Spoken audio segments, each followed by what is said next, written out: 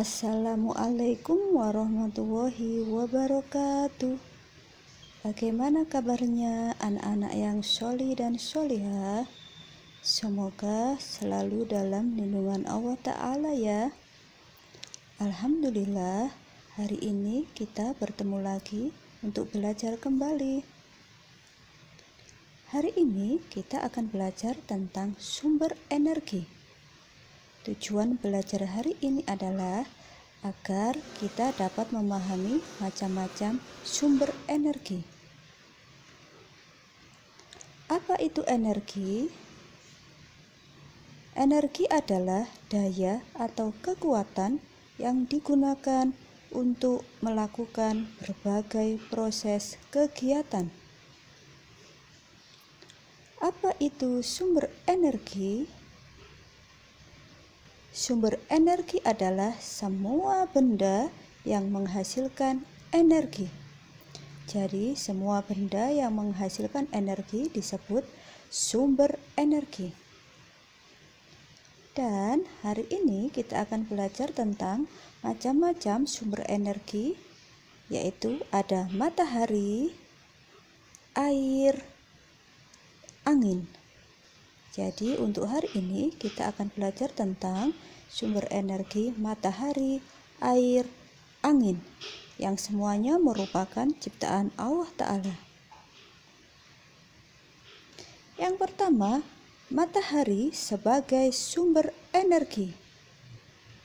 Matahari merupakan sumber energi terbesar di bumi. Energi matahari disebut energi surya.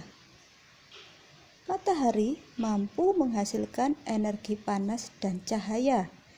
Jadi, matahari ini menghasilkan energi panas dan energi cahaya. Kedua energi tersebut sangat bermanfaat bagi kehidupan sehari-hari.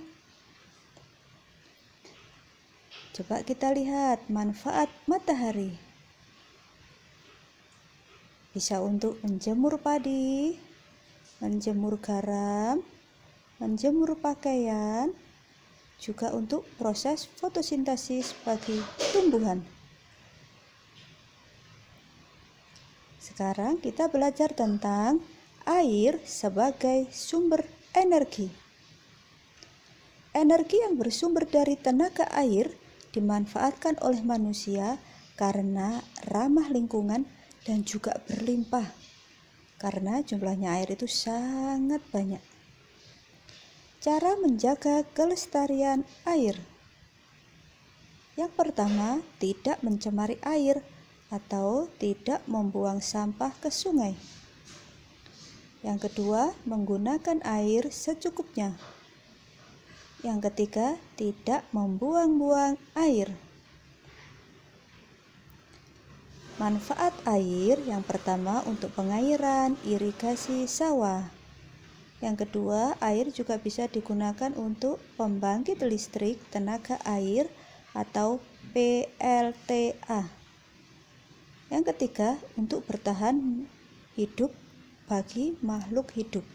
Jadi semua makhluk hidup, baik manusia, tumbuhan, dan hewan sangat membutuhkan air.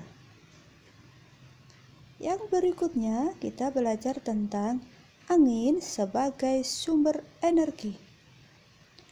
Energi angin banyak dimanfaatkan oleh berbagai negara karena sumber energi angin ini tidak terbatas jumlahnya.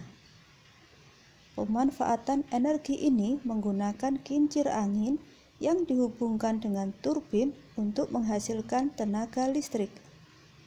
Salah satu manfaat angin yaitu untuk menggerakkan perahu bagi nelayan. Berikutnya kita belajar sumber energi fosil yang terbatas atau jumlahnya terbatas. Energi fosil adalah energi yang berasal dari sisa-sisa makhluk hidup seperti tumbuhan dan hewan. Energi fosil merupakan energi yang terbatas ketersediaannya. Contoh energi fosil yang terbatas: batu bara, minyak bumi, gas. Batu bara berasal dari tumbuhan kayu yang tertimbun lama di tanah. Batu bara digunakan untuk bahan bakar industri. Kalau minyak bumi berasal dari hewan-hewan kecil yang tertimbun lama di tanah. Minyak bumi digunakan untuk bahan bakar kendaraan bermotor. Kalau gas bumi digunakan untuk bahan bakar memasak atau bahan bakar penggerak mesin. Bagaimana cara menghemat energi? Yang pertama, matikan lampu jika tidak digunakan. Yang kedua, gunakan lampu hemat energi atau LED. Yang ketiga, matikan AC jika tidak digunakan. Juga matikan TV jika tidak ditonton. Gunakan api kecil atau sedang untuk memasak. Bisa juga gunakan sepeda atau berjalan kaki untuk tujuan yang dekat. Gunakan transportasi umum atau pergi sekaligus dalam satu mobil. Jadi kalau pakai mobil bisa ditumpangi oleh 3 atau 4 orang agar lebih hemat energi. Dan itulah pelajaran hari ini. Semoga anak-anak solihah paham dan semakin bisa pandai dan tetap semangat meskipun kita belajar di rumah ya. Ustazah ucapkan jazakumullahu khairan. Wassalamualaikum warahmatullahi wabarakatuh.